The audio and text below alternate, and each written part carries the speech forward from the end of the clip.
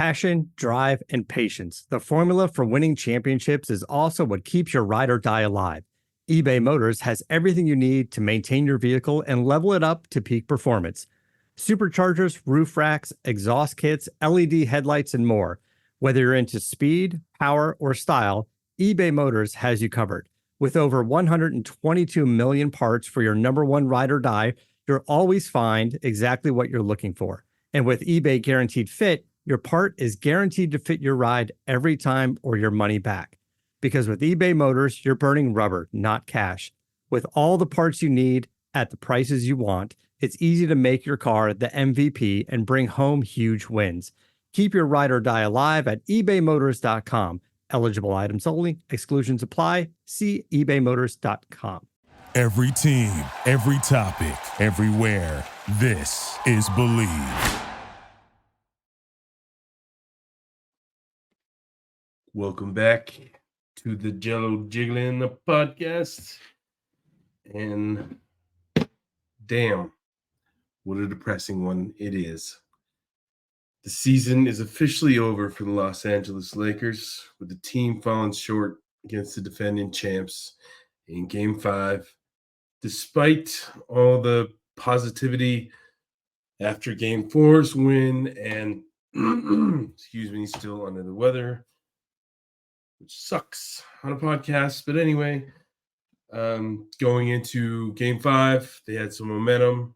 They looked good pretty much the whole game, but they just played against a better all-around team that was ready for them. And the really sad part is how different that game would have been if Jamal Murray had sat out with that calf strain, which seems to be keeping damn near every other star out, like Damian Lillard, Giannis, Porzingis. I know I'm missing people, but it feels like it's like the flu going around, but it's just calf strains. So it's unfortunate because Murray just went off 32 points and he hit another game winner over Austin Reeves. They just had no answer for that guy. That guy just seemed to be like, he didn't look like that leg was bothering him at all. I didn't see any signs of him having slowed down or taking it easy or being hesitant. He was just all out, which is sad, because if it seemed like the Lakers smelled a little blood in the water there. And I'll admit, I saw the Nuggets a little shaky at times. Like they seemed a little lost on offense a few times, which is something I've never seen from them during this this run with this group. And I was like, damn, if that keeps up and the Lakers just keep pushing and putting the pressure on, then this could be a series. But it just didn't happen. And then when AD's, which I find is like one of the weirdest injuries I've seen from AD, he barely touched Porter, which some people are freaking out saying it should be a flagrant. You look at it 100 times, it's a regular collision kind of play where it wasn't that hard. It was almost like a soft screen, which it wasn't even a screen. It was just bodying up. And it took him down. I was like, damn, dude. We can go on forever with AD's health issues and stuff, but I was like, man, that didn't take much for him to go down on that. And that was something that somebody commented when I was watching that he had hit that same shoulder earlier in the game or something. It just grimaced, but it didn't take him down like that, right? He looked like he got shot by somebody in the stands, and he just went down like a ton of bricks, which is sad. And I just think that's kind of what you get from AD from here on out. And then there's LeBron, who tweaked his ankle, which he's done like 100 times over the last couple of years. But it didn't seem to affect him at all. He just bounced right back up and kept playing the same way. But in the end, it just wasn't enough, was it? And it's sad. It's just I think Lakers just had bad luck this year. And I'm not talking about injuries and stuff because everybody deals with injuries. Everybody. Even the Nuggets. Murray's not the most dependable guy. Obviously he's been banged up almost every year that he's been in Denver. And then that substantial time that he missed, was it after the bubble, I think? It seems like ever since he's come back from that, they've just kind of hit the ground running. But he's, it wouldn't surprise me if he went down again in the playoffs just because of his history and how much he plays, man. Coming off the screens constantly and just constantly moving. You can see, why he gets so banged up. But it's unfortunate. The whole Vando thing was weird. Sorry. Them clearing him, he's questionable, gets everybody on, the edge of their seat, and then clears him to play, and he doesn't play a second. It's like, I mean, was that a scare tactic to scare Denver or something? Oh, they're gonna have a little bit better, player on defense, and then he just sits there. That seemed weird to me. And you know what? I didn't even notice until probably about the third quarter. I'm like, where the hell's Van? He hasn't even tried to get him on the floor. And I remember I said something when I got that injury report and I tweeted out, I said, oh, it looks like Vando's not starting. Everybody freaked out. Like he would start, dude. What are you talking about? It's like, dude, it's winner take all here. Like, it's winner go home. Would it really shock you if he was in the starting lineup? Yeah, I mean, I probably wouldn't put him in there, but this is Darvin Ham who's coaching for his job, which is another thing. It seems like Darvin's doomed. Report right away. I mean, it felt like Vogel all over again. It just didn't happen while Ham was talking in the postseason or press conference post game. Sorry, all out of it. I'm sick as a dog still, like I said. But yeah, that's typical. I mean, it just feels like seasons are just on repeat for the Lakers. It's just the same crap over and over again. They were fortunate last year to just get kind of through an easy West. Memphis didn't show up. Golden State was done. I would say they were on fumes at that point after such an exhausting series with the Kings. And then they met a juggernaut in the West Finals. And that was the true test. And then the same thing happened this year. It's just happened a lot earlier. It sucks. Them not having, Wood and Vando and Reddish, and they was reluctant to play anybody that had no experience, Max Christie. But that's the way it is. That's the real question as they go into the offseason. What do they do? I personally, I think they've kind of exhausted what they can do with this group, with AD and LeBron leading the way. Something has to change because it's not 2020 anymore. That's not going to happen again. That kind of all just kind of aligned at the right time. Those guys had plenty of rest, and then they just killed it once they got in the postseason. And AD was out of his mind. It's just not going to happen again, man. We're 4 years in the future now, and LeBron's going to be 40 in December, with over 2 decades of miles on his body. And AD, AD is going to be what he is. I mean, he's hit his ceiling. You know what he is. He's a great player, but can't be a number one. And at this point, I don't know if LeBron can be a number one anymore either. So it's just, I feel like they're just banging their heads against the wall. And I honestly, I think it comes down to kind of like a business decision for the Lakers in terms of, do they want to continue making money, or do they want to actually strive to win more, right? Because everybody's going to say, well, the rumor's going to come out, right? And they already kind of are already starting leaking out that, they're going to go after Trae Young. Trae Young seems like the most attainable guy. And he might not even be attainable by the Lakers, because other teams, San Antonio was desperately in need of a point guard for, to play with Wemby, and they have more assets to use. Maybe not player ready assets, but they've got the draft capital, and that sometimes, maybe Atlanta wants to go in that direction rather than bringing in an Austin Reeves or whomever might be involved in that trade. But I don't know. I feel like this is kind of you've exhausted this. You've exhausted this group of Lakers. This is how far they're going to go. And the sad part is the West is only getting younger and better. You got Minnesota, who proved their worth in the first round. I can't wait for that series with the Nuggets, because I think that's going to be an interesting barometer of both teams. Because I didn't think Minnesota would sweep Phoenix. I mean, who guessed that? Maybe one game Phoenix wins, but not a sweep. And Edwards is just, showing he's cream of the crop now. Like he's one of the top players in the league. So you got that team that shows no signs of slowing down, has tons of talent, young talent.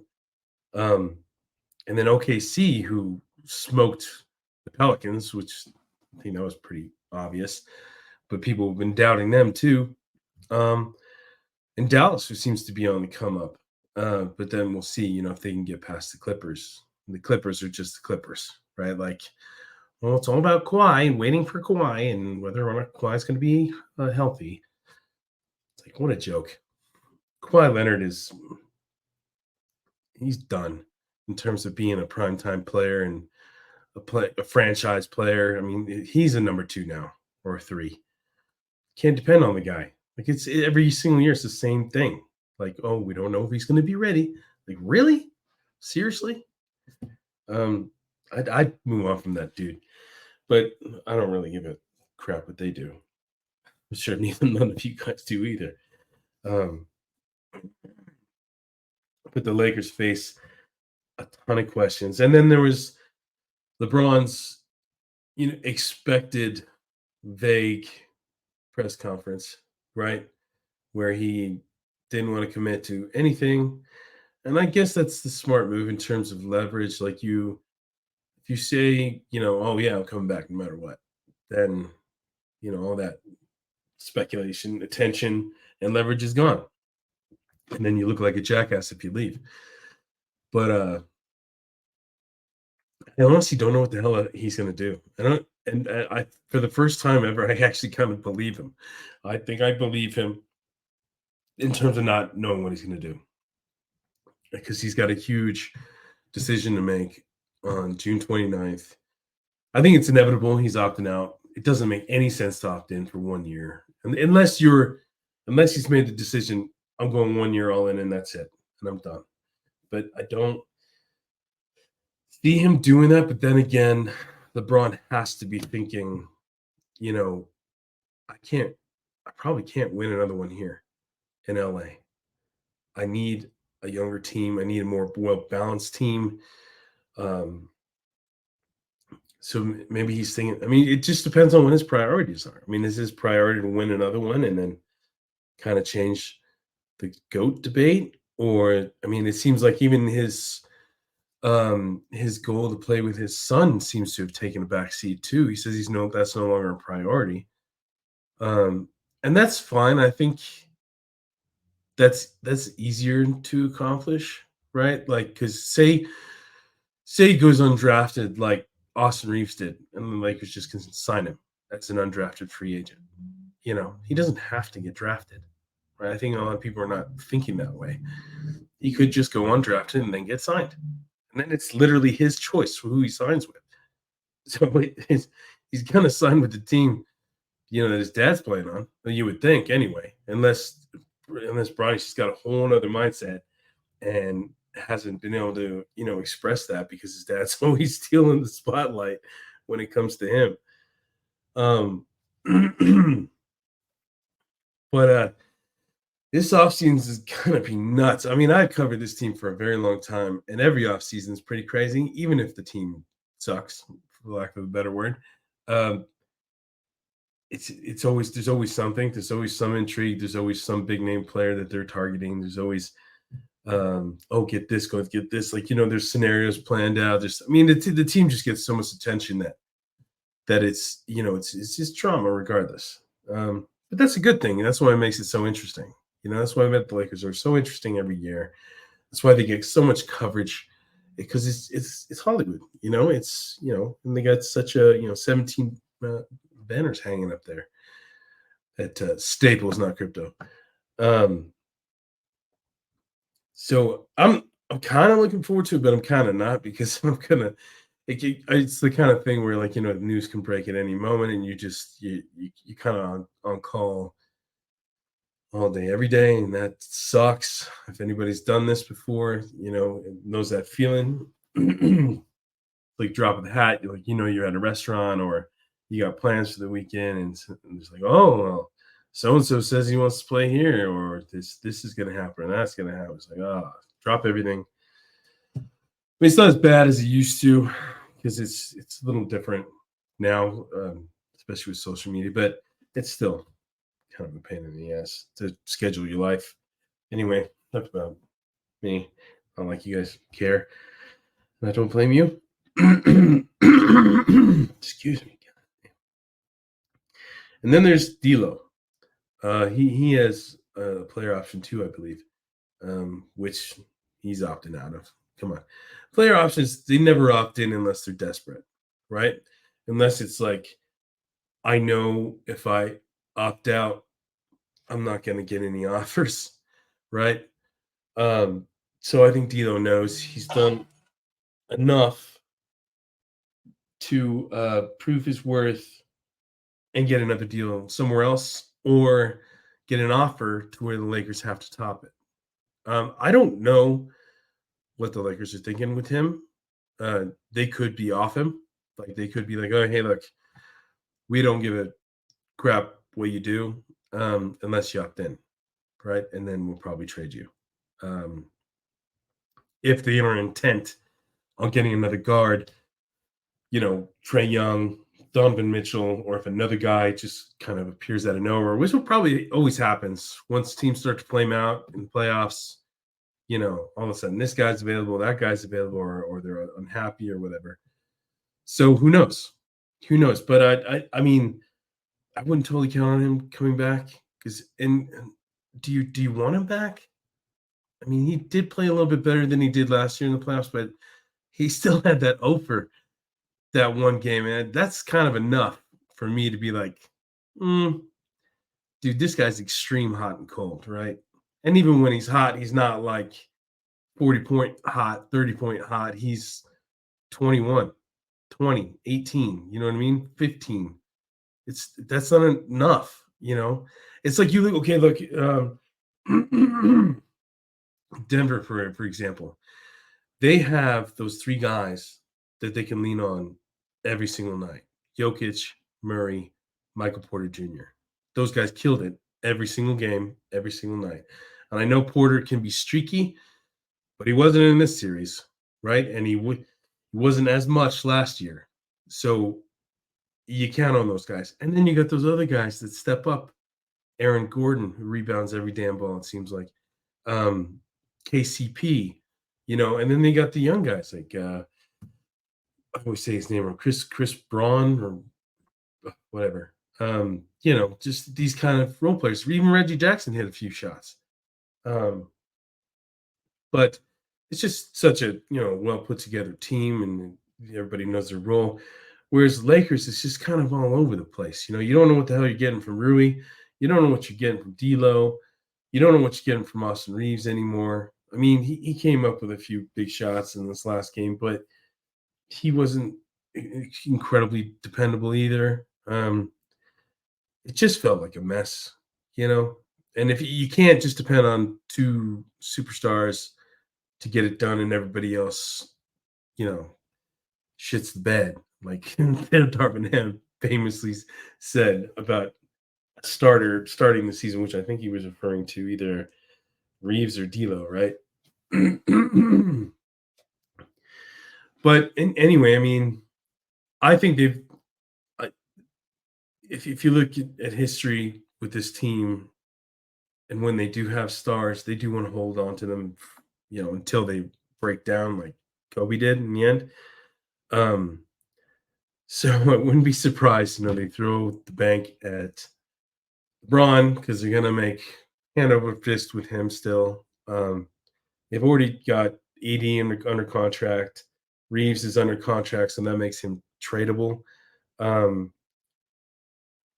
but the other guys, I think all the other guys are kind of interchangeable. You can, trade them here or there, or what, or just not sign them again. So it's going to be an interesting offseason, and from all signs point to Darvin Ham just being done, and it's just a matter of time before that announcement is made. I thought it was very strange, me and every other person that covers the team, that they had exit interviews on the same night that they lost on the road at like 11 p.m., which is just shitty because the guys are exhausted emotionally, physically. They don't want to talk about the immediate future right after. They need some time to process and give them a day or two to heal up and really get their head straight. They're lucky that these guys didn't say anything crazy and outlandish or just point the finger. Some things kind of seem like Reeves said a few things that I thought was interesting. Because he clearly didn't like getting benched early in the season, and who does? I mean, who does? But it'd been in the back of his mind the whole time. But it was just a very strange thing. And all this time that I've covered the team, I've never seen that before. I've never seen that.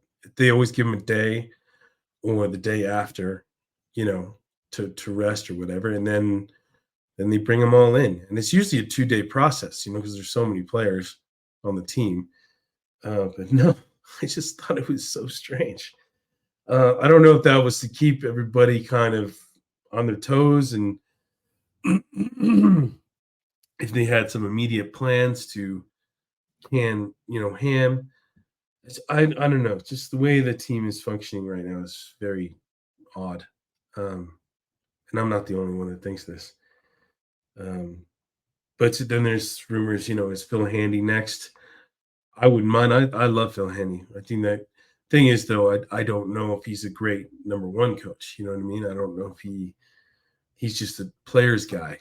But I mean, he'll be put to the test. I mean, I'm sure he'll be up for other jobs too, as he always seems to be.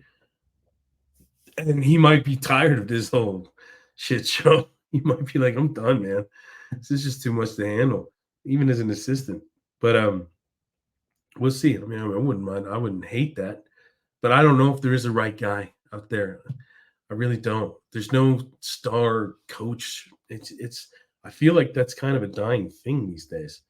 You don't have the Phil Jacksons, the Popoviches, the Spoelstras, readily available. They stick with their teams forever and then they retire, right? Or yeah, that's pretty much. I mean, Popovich ain't going nowhere, and if he does, he's going to call it quits for sure. Spoelstra is arguably the best coach in the league. He ain't going nowhere. Then you get all these young guys, winning the awards, like the OKC coach, who I always butcher his name, Mark's. I'm not even going to try, but he won Coach of the Year. And then Finch, I think for the T-Wolves, that's another good one. But I don't know. I don't know if there is the right guy. And then, I mean, like I said, I would probably start from scratch, man. I'd start over. Especially if LeBron's going to walk. Like, what are you doing? We don't know if he's going to walk because the Lakers have to prove themselves, right? Which is another kind of crappy pressure that they're going to be on because they're going to be forced to make a move, and you might get another Westbrook move all over again. You know what I mean? I don't think anything's going to compare to that crap, but who knows? Because I don't think Trae Young changes anything for them.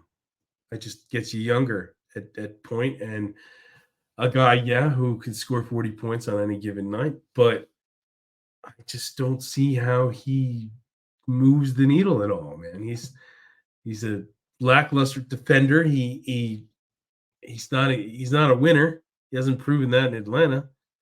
And if they're willing to go off him, already, like, it's just, maybe he's best as a 3. Who knows? Is he even like that after being a 1 for so long? I don't know. I don't see a home run hit here to get this team back on track immediately. I just think it's more of like just trying to keep this quasi playoff team together for another probably mediocre run next year. Everybody else is getting better, but I don't see the plan to get better. But then you never know, man. These guys are, Palenka may have something up his sleeve that just hasn't been leaked yet, and we'll see. But it's looking bleak. I try to be positive about this, but this is pretty much the way I thought it was going to go anyway. But we'll see it. I think it all hinges on LeBron's decision on June 29th, and then maybe a statement he makes, or what moves they might, make before that, or what. But it'll probably all happen at once within a couple days, and it'll either be, oh, everybody's super excited, or oh, everybody's kind of bummed out that might be starting from square one, and then maybe AD asks to be traded. Maybe he gets sent to Chicago or something, and I don't know. Just so much uncertainty with this team right now. It's not this. It's not apples to apples by any stretch, but it does kind of remind me of after when the Lakers lost to the Pistons in 2004, and it was kind of like, okay, well, what now? Like that was our haymaker punch with the Peyton and Malone. And like I said, it's not apples to apples, but it has that same feel of kind of the end of what this is, right? And maybe the guys are feeling like that. Maybe they're not. They're saying all the right things, like, they want to come back and all that stuff. But that's to be expected. If they were saying the opposite, then we'd have a very clear idea of what's going to happen. But so, if anything, it's going to be interesting, right? It's going to be entertaining. It's going to keep me busy. It's going to keep you guys, on your phones waiting for the next update. And a lot of either pissed off or happy people, or a little bit of both. But we'll see. Until next time, peace. Thank you for listening to Believe. You can show support to your host by subscribing to the show and giving us a 5-star rating on your preferred platform.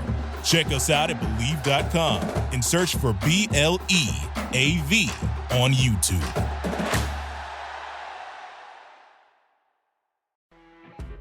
When you're listening to a true crime story that has an unbelievable plot twist that makes you stop in your tracks?